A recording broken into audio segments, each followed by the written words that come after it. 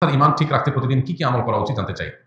আমাদের ঈমান যেন ঠিক থাকে, ঈমান যেন অটল অবিচল থাকে, ঈমান যেন নষ্ট হয়ে না যায়, সেজন্য ঈমানের পরিচর্যা করতে হয়, ঈমানের নবায়ন করতে হয়। প্রথমত ঈমান সম্পর্কে আমাদের প্রচুর পড়াশোনা করা দরকার। ঈমান নিয়ে বহু বই পুস্তক আছে।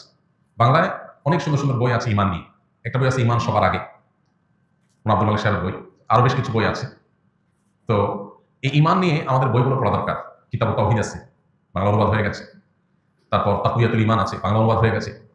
তো ঈমান নিয়ে আমাদের বইগুলো যত বেশি পাঠ করবো, তত আমাদের ঈমান নষ্ট হওয়ার কারণ কি, ঈমানের জন্য ক্ষতিকর বিষয় কি, ঈমানের মূল বিষয়গুলো কি, সেগুলো আমরা জানতে পারবো। এগুলো যত বেশি জানা যাবে, তত বেশি ঈমান সেভ করতে পারবো, নিরাপদে রাখতে পারবো।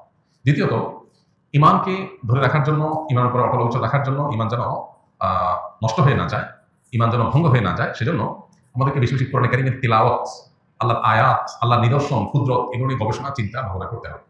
আল্লাহ বলেছেন ওয়াইদা তুলিয়াত আলাইহিম আয়াতুহু যাদাতহুম ঈমানা। আল্লাহর আয়াত যখন পাঠ করা হয়, তখন তাদের ঈমান বৃদ্ধি পায়। এজন্য কোরআন কারীমের আয়াত তেলাওয়াত করা, অর্থ সহকারে বোঝা, আল্লাহর কুদরতগুলো নিয়ে চিন্তা গবেষণা করা, এগুলো মানুষের ঈমান বৃদ্ধিতে সহায়ক হয়। পাশাপাশি ঈমান সংরক্ষিত রাখার জন্য কিছু দোয়া নবীজি শিখিয়েছেন। যেমন রব্বানা লা তুযিগ কুলুবানা বা'দা ইয হাদাইতানা ওয়া হাব লানা মিন লাদুনকা রাহমাহ ইন্নাকা আনতাল ওয়াহ্হাব।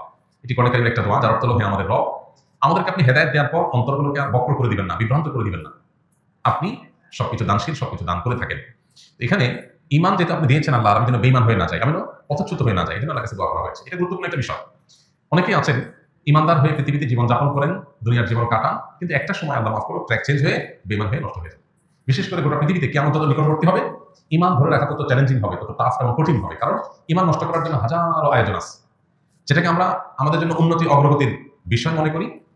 তার অনেক কিছুই আছে যেগুলো আমাদের ঈমান হরণকারী বিষয়, মূলত শয়তানের দূরবর্তী প্ল্যানের অংশ। এই জন্য আল্লাহর কাছে পানা চাওয়াটা হলো ঈমান রক্ষা করার জন্য সবচেয়ে কার্যকর উপায়। আল্লাহ যেন হেফাজত করেন, সেজন্য দোয়া করতে থাকতে হবে। আল্লাহ আমাদের তৌফিক দান করুন।